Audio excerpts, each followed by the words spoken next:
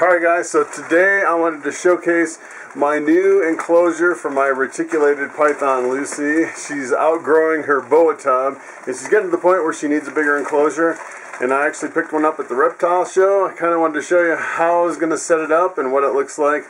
But first I thought I'd kind of show you what I have going on down here in the reptile room, my rodent room. And as you guys know, I breed snakes. And in order to breed snakes, you need a lot of rats. And I breed my own rats. And I'm kind of coming to the end of one of my cycles for the rats. So let me kind of show you what's going on. So I breed all my males and females over here, and I kind of jump the males. I cycle them through the females.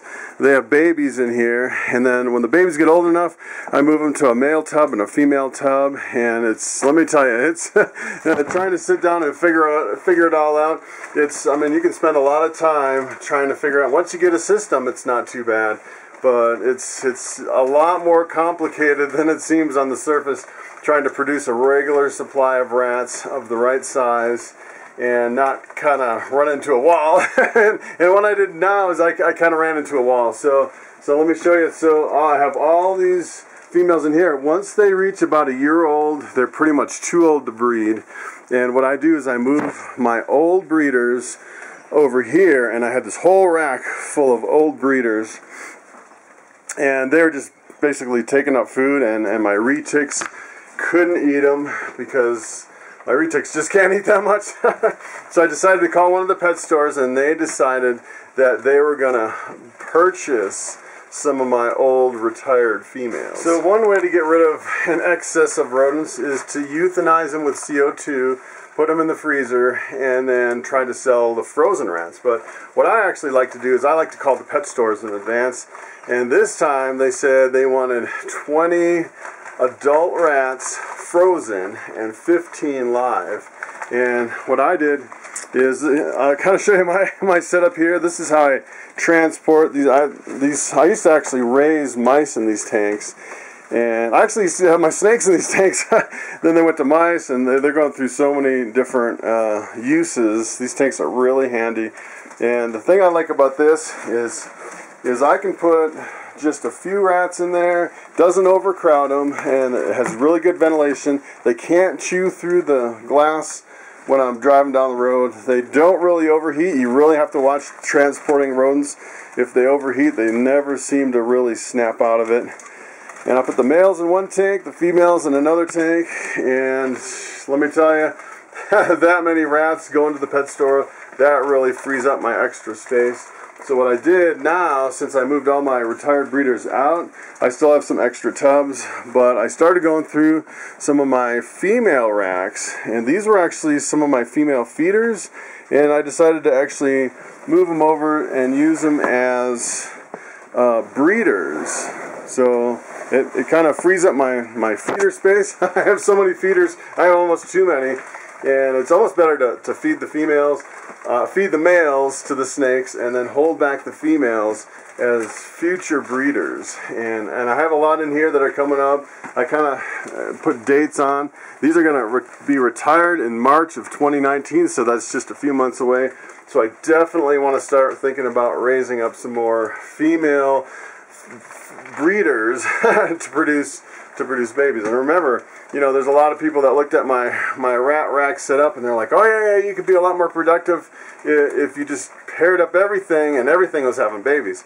And if I was just selling pinky rats, I could do that and I could really increase my production. But remember, I have anything from small, medium, large to the jumbos for my retics, you know, the smalls for my hatchlings. So the hard part is to get the right amount of the right size in this. And believe me, it looks like a lot of tubs, but it's not once you start sorting everything and trying to have enough of the right size. So that's pretty much what's going on with my rats. So let's take a look at my reticulated python Lucy. So Lucy is my 50% dwarf, 50% mainland reticulated python. She is pretty big. She's a beast. I actually got her as a hatchling, and I grew her up, and she is really filling up. So see how big she is compared to that tub.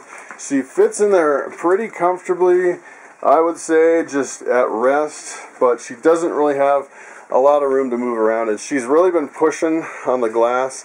I think she just needs a better enclosure, and I've talked to some people that are specializing in reticulated pythons, and they said for some reason when a retic gets bigger like this, for some reason they don't like the tubs that slide open as much as an enclosure that has the glass on the front. So that's what I bought is an enclosure with the sliding glass on the front. Let me show you that. So I kind of ran out of room in my reptile room. I was actually going to put it on my workbench and the table in the middle, but I decided to bring it out here in my basement and put it on my pool table because we never really use the pool table, and it has really nice sliding doors. Let me get my flashlight and I'll show you the inside. It's a pretty big enclosure.